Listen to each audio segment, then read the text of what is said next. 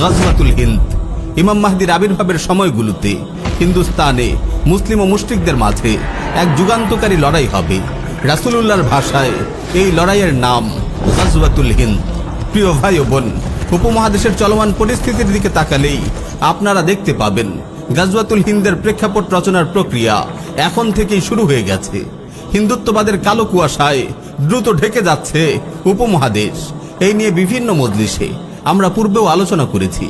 পরিবর্তিত পরিস্থিতির সঙ্গে সঙ্গতি রেখে আমরা সামনেও আলোচনার ধারা অব্যাহত রাখব ইনশাআল্লাহ।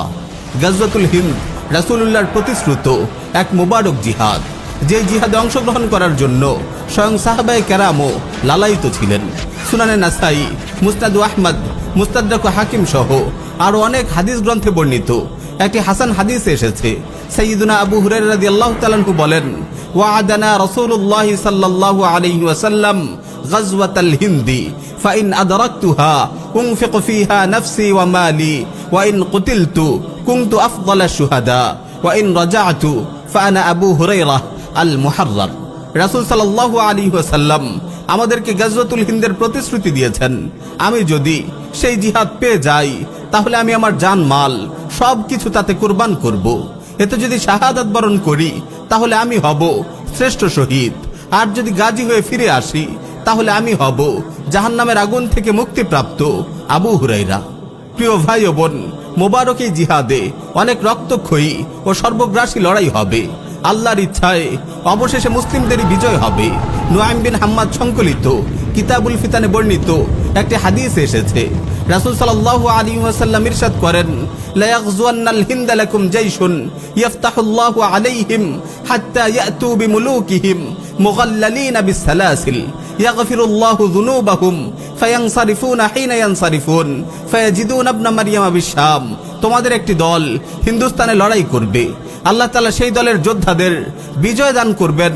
তারা হিন্দুস্তানের শাসকদের শিকল দিয়ে বেঁধে টেনে আনবে, আল্লাহ তাআলা সেই দলের যোদ্ধাদের ক্ষমা করে দেবেন। অতঃপর মুসলিমরা সেই যুদ্ধ থেকে ফিরে এসে ঈসা বিন মারইয়াম আলাইহিস সালামকে সিরিয়ায় পেয়ে যাবে। গাজওয়াতুল হিন্দে বিজয়ের পর এই বাহিনী জর্ডান নদীর তীরে দাজ্জালের বাহিনীর বিরুদ্ধেও লড়াইয়ে অংশগ্রহণ করবে। একটি বিশুদ্ধ হাদিস এসেছে, রাসূল সাল্লাল্লাহু আলাইহি ওয়াসাল্লাম ইরশাদ করেন, লা তুকাতিলুন্নাল মুশরিকিন হাত্তা তুকাতিলা বাকিয়াতুকুমুদ দাজ্জাল আলা নাহরিম বিল উরদুন আনতুম শারকিয়্যাহ ওয়া হুম গারবিয়্যাহ।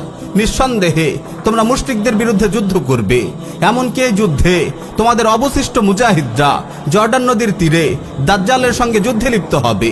এই যুদ্ধে তোমরা পূর্ব দিকে অবস্থান করবে আর দাজ্জালের অবস্থান হবে পশ্চিম দিকে। এই মোবারক জিহাদে যারা অংশগ্রহণ করবেন তাদের ফজিলতের জন্য এতটুকুই যথেষ্ট যে তাদেরকে আল্লাহ তাআলা জাহান্নাম থেকে মুক্তির ওয়াদা করেছেন। সুনানে নাসাই, মুসনাদ আহমদ সহ আর অনেক হাদিস গ্রন্থে এসেছে, রাসূল সাল্লাল্লাহু আলাইহি ওয়াসাল্লাম ইরশাদ করেন, ইসাবাতান মিন উম্মতি আহরাজাহুমুল্লাহু মিনান নার, ইসাবাতুন তাগজুল হিন্দা ওয়া ইসাবাতুন তাকুনু মা ঈসা ইবনে মারইয়াম। আমার উম্মতের মধ্য হতে দুটি দলকে আল্লাহ তাআলা জাহান্নাম থেকে মুক্তি দিয়েছেন। একটি দল যারা হিন্দুস্তানের যুদ্ধে শরীক হবে, আর দ্বিতীয় আরেকটি দল যারা ঈসা ইবনে মারইয়াম আলাইহিস সালামের সঙ্গে মিলে যুদ্ধ করবে। প্রিয় ভাই ও বোন, আজ কথা অনেক দীর্ঘ হয়ে গেল। শেষ জামানার অবশিষ্ট ঘটনা প্রবাহ ইনশাআল্লাহ পরবর্তী মজলিসে আলোচনা করব।